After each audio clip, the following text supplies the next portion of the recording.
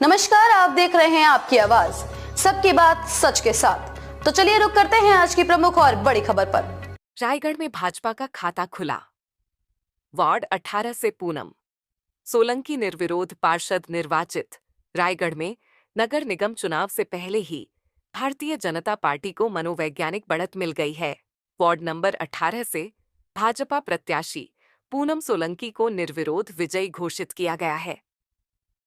प्राप्त जानकारी के अनुसार वार्ड 18 से कांग्रेस ने शीला साहू को प्रत्याशी बनाया था, जबकि भाजपा की ओर से पूनम सोलंकी ने नामांकन दाखिल किया था। इस वार्ड में किसी भी निर्दलीय उम्मीदवार ने नामांकन नहीं भरा, लेकिन कांग्रेस प्रत्याशी शीला साहू ने अचानक अपना नामांकन वापस ले लिया, जिससे पूनम सोलंकी का निर्विरोध निर्वाचन तय हो गया।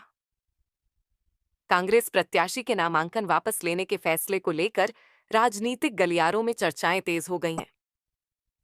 इसे कांग्रेस की रणनीतिक कमजोरी माना जा रहा है, जबकि भाजपा ने इसे अपनी पहली जीत के रूप में देखा है। चुनावी माहौल में यह भाजपा के लिए मनोवैज्ञानिक बढ़त साबित हो सकता है। पहले तो मैं अपने शहरवासियों, वार्ड वासियों को धन्यवाद देती हूँ, जिन्होंने लगातार हमारे ऊपर विश्वास किया, इसलिए हम अनवरत वहाँ से निर्वाचित होते आए हैं। ये मेरा और दिव्येश का लगभग ये पाँचवा चरण था और वार्डवासी बहुत अच्छे से हमारे कार्य को सराहना करते थे और उसी का प्रतिफल है कि आज मैं निर्विरोध वहाँ से चुनी गई हूँ। तो मैं अपने सभी वार्डवासियों, शहरवासियों को धन्यवाद देती हूँ मुझ पर विश्वास करने के लिए, और मैं निश्चित रूप से उनके विश्वास पे खरे उतरने की प्रयास करूँगी। मैं इसमें कुछ भी नहीं कहना चाहूँगी कि कहीं ना कहीं हमारे कार्य से प्रभावित होके समझ में आया होगा कि कहाँ पे कैसा कदम उठाना है, तो ये कदम शायद इसी रूप में उठाया गया होगा। भाजपा प्रदेशों में परिवारवाद और चापलूसी की राजनीति जो उन्होंने संस्कृति विकसित की, उसके कारण आज पूरे कांग्रेस का पूरे देश में, हर प्रदेश में बंटाधार हो रहा है। और रायगढ़ के वार्ड नंबर 18 में कांग्रेस के प्रत्याशी ने नामांकन वापस लिया है और उसके कारण से पूनम दिवेश सोलंकी जी जो नेता प्रतिपक्ष रही हैं रायगढ़ नगर निगम की, वो निर्विरोध पार्षद निर्वाचित हुई हैं। ये कांग्रेस को विचार करना चाहिए कि परिवारवाद और चापलूसी की राजनीति से वो बाहर है। कांग्रेस सत्ता लोलुपता की, भ्रष्टाचार की राजनीति करती है, परिवारवाद की राजनीति करती है, चापलूसीवाद की राजनीति करती है, और उसी कारण से आज उनके संगठन में इतनी बीमारियां पैदा हो गई हैं।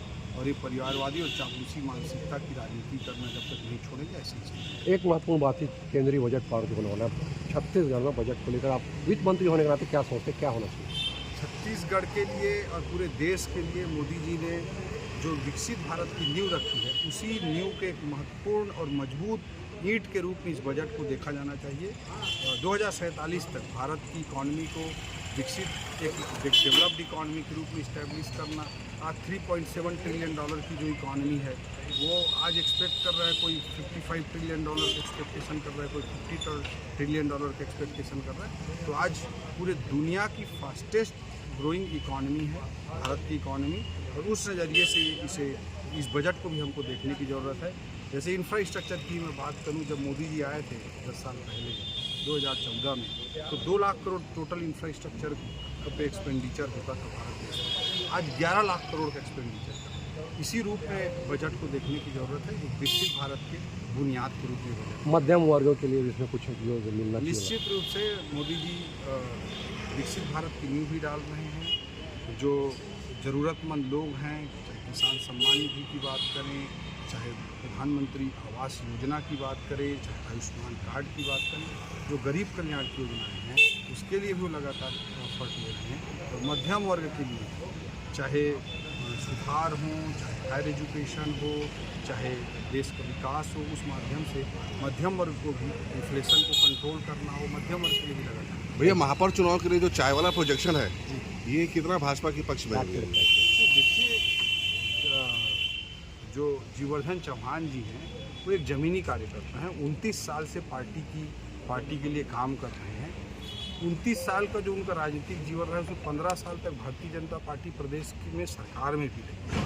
अगर व्यक्ति में ईमानदारी नहीं होती, कुछ भी दूसरा उल्टा सीधा काम वो कर सकते हैं। 29 साल तक लगातार सक्रिय रहने के बाद, संगठन में लगातार काम करने के बाद व्यक्ति चाय बेचकर अपना जीवन अगर गुजारा कर रहा है तो उसके ईमानदारी का, उसके विनम्रता का, उसके सही उद्देश्य का एक प्रतीक है, उसका परिचायक है। इस दृष्टिकोण से उनके कैरेक्टर को देखा जाना चाहिए।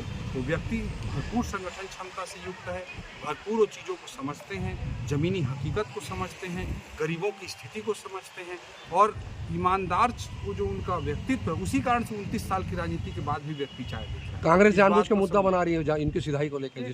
कांग्रेस की कोई जनाधार नहीं रह गया है। लोग एक ईमानदार जीवर्धन चौहान जी जैसे ईमानदार व्यक्तित्व को विकास के लिए वोट करेंगे। 1 साल के अंदर किस तरह से रायगढ़ में विकास हुआ है उस पूरे रायवासी ने देखा है, पूरी यहाँ की जनता ने देखा है और हमने नारा दिया है इस चुनाव में, एक ही राजनीति, विकास की 10%। खबरों में अब तक के लिए बस इतना ही। फिर होगी आपसे मुलाकात ऐसी किसी बड़ी और खास खबर के साथ। तब तक के लिए नमस्कार और देखते रहिए आपकी आवाज।